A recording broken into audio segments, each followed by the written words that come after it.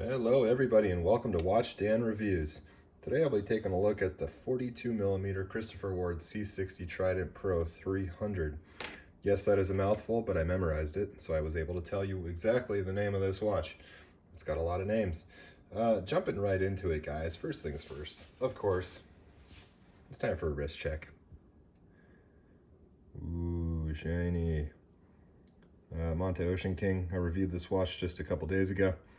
But we're not here for that today, are we? We're here for the Christopher Ward. So, getting things started. A 42mm watch, ceramic bezel insert, sapphire crystal. This watch measures, I believe, 49mm from lug to lug. So it's a little on the bigger side, and I'll definitely talk about that a little bit more later on.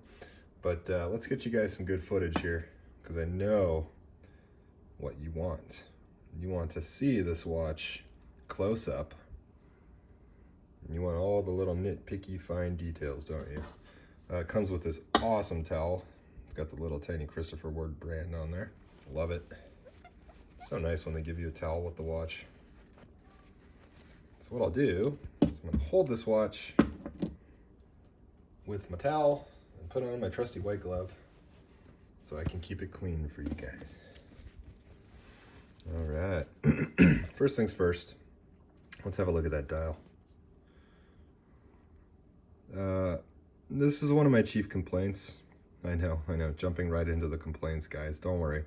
I got a lot of nice things to say about this watch because it really is a superb watch. I bought a watch with a white dial and white lume and, silver hands. So legibility can be a bit of an issue with this watch. In low light, transitioning to a darker room, if it's not fully charged up, it can just kind of be hard to see what time it is.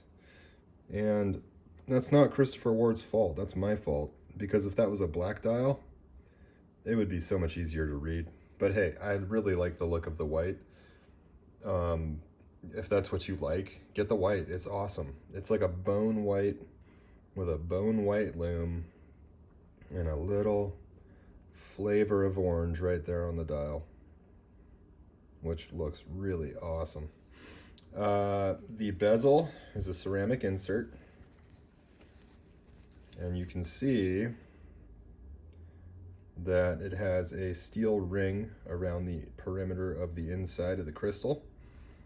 That steel ring stays stationary, so when you turn your bezel, it gives you indices to line up to. So during the daytime, it's great to have that. It helps you orientate exactly what time it is or how long it's been, how much time has elapsed since you use your bezel.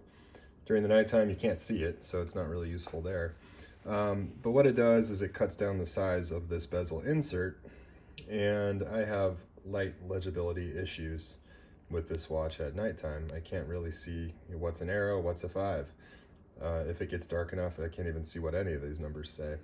So during the daytime, it's great. During nighttime, if it's not charged up, not so much. But the bezel is kind of a little bit like a light notchy feel to it. I'll just let you take a listen here.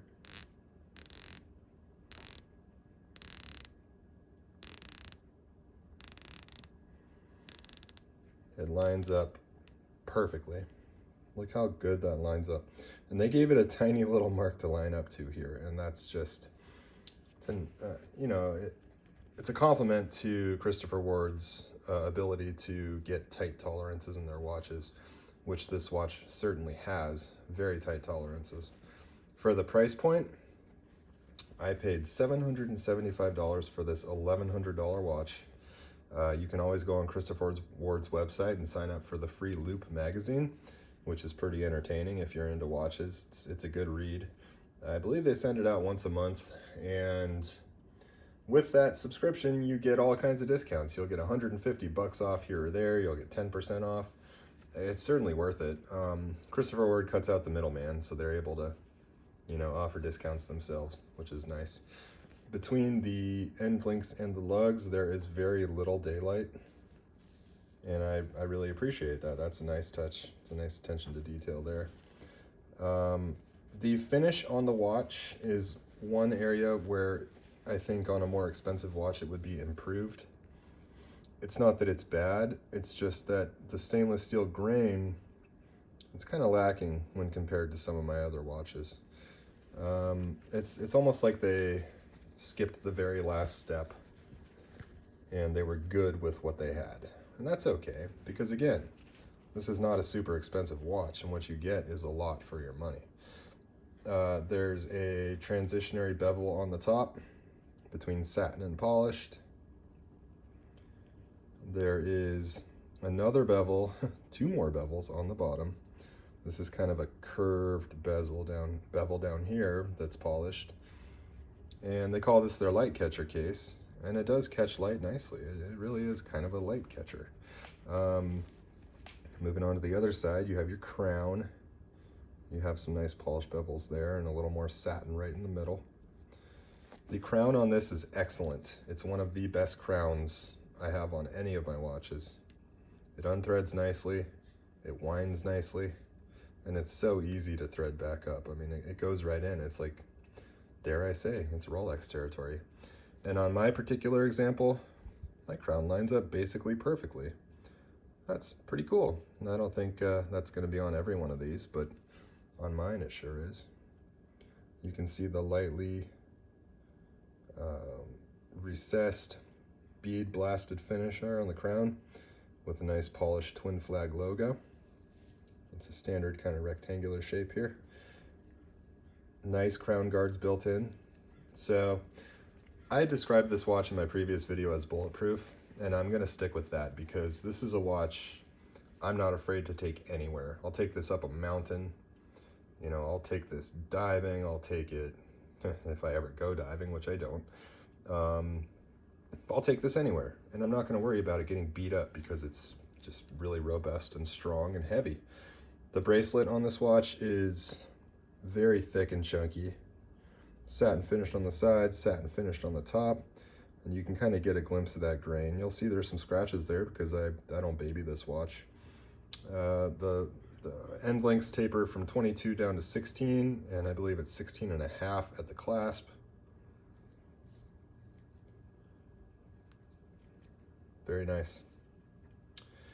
The clasp itself, and we're affixed by screws here, of course, I forgot to mention. They are basically even, or, you know, they don't stick out at all on the back side. They don't stick out at all on this side either. They tried to get them as close as they could to flush with the links, and that's just another little detail I appreciate. The clasp is very robust. It's heavy duty. It's got a nice micro adjust feature to it, which I'll try to show you guys here. It's a little hard to do on camera, but that's okay. I think I can pull it off. This little tab here, hold on a second, guys. This little tab, you have to get your thumbnail in there, and then you have a good amount of, you know, at least a link, maybe a link and a half there. Sorry, camera. And it's useful. I use it all the time. So it's nice to have that feature. The swing arm is satin finished. It's very straight, and I'll touch on that just a little bit more, a little bit later. The clasp, milled stainless steel. It's got a very nice twin pusher here, which makes it feel like it's not going anywhere once it's on the wrist. I'll go ahead and demonstrate that now.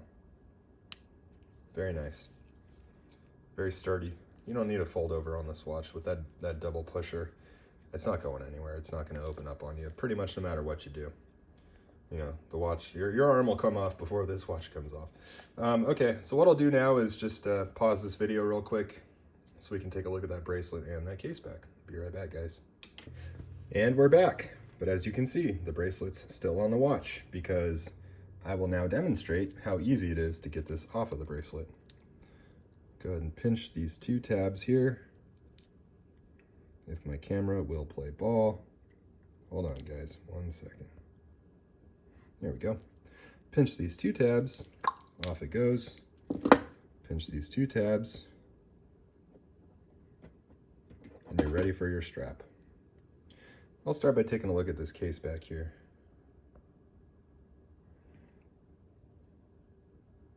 It's a nice shape. I like the way that the little recessed holes there accommodate the case back opening tool. Get a good look at that rotor. It's funny, but in some lights, it almost has a rainbow effect to it, and you can see it right there. I've never seen that on another watch. But just the way that it catches the light, that's interesting. Your standard Sellita SW200, elaborate grade, not regulated. I'm gaining about 5 to 6 seconds a day with this watch, which is pretty darn good for a non-regulated movement. If it were regulated, I'm guessing it could probably be down below 1 second a day, gained or lost. But I'm not going to complain because of the price point of this watch. Get a little look at the opening of the end links. And note that little step right there, because I'm going to show you the bracelet in just a minute. Very nice, guys, very nice. All right, let's have a look at this bracelet. Note that step in the case because there is a step in the end link. And you can see how it goes into that little gap on the case for a perfect fit.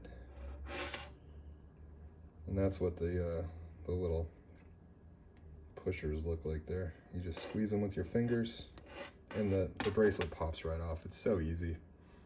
It's great, honestly. It's a really good system, and kudos to Christopher Ward for making their own system for removing the bracelet. You know, what does it cost to make something like that and to do it well too? This is excellent. This will never come off when it's on your wrist, but when you want it to come off, it's so easy. All right, guys. Well, that's the bracelet, and now I will pause it one more time. We'll get some good wrist shots and some loom shots for you guys, and I'll be right back. Okay, we're back. 42 millimeters, 22 millimeter lug spacing. And you can see it fits my 7.5-inch wrist very well. One of my biggest complaints about this watch is that I don't find it particularly comfortable to wear for a long period of time. I think that may just be that it's a bigger watch. You know, 42 millimeters with 22 millimeter lug spacing, it just feels a little, what's the word? Just a little uncomfortable, honestly. I'm going to try to get my hands on a 38 millimeter so that I can see if it's a better, you know, daily wear. This watch will be going up mountains with me into the bottom of the ocean, probably the Mariana Trench. We'll see. I'm going to go ahead and take it into a darker part of my house. And you can see that kind of transition there between having light and not having light. And granted, I did charge this up just a minute ago, so it's going to be quite bright. Go ahead and shut this door. And there you go. Very bright, guys. When it's charged up, it's stellar. I mean, there's a lot of BGW9 in this watch. It's very easy to read at nighttime. My problem is never with the dial at night. My problem's with the bezel. Because when the light starts to fade on that bezel, it's just hard to orientate where you are. There's no minute graduations on there. You only have 5-minute increments, and the 5 starts to look like the arrow. And I am complaining about something that is so first world problem that it's embarrassing. But yeah, very cool, guys. It's an excellent watch. I'd highly recommend buying it, especially for the price point. I bought this one used in new condition for $775. You can get it for under $1,000 on the bracelet. The strap options are really, really nice. Christopher Ward straps are top notch.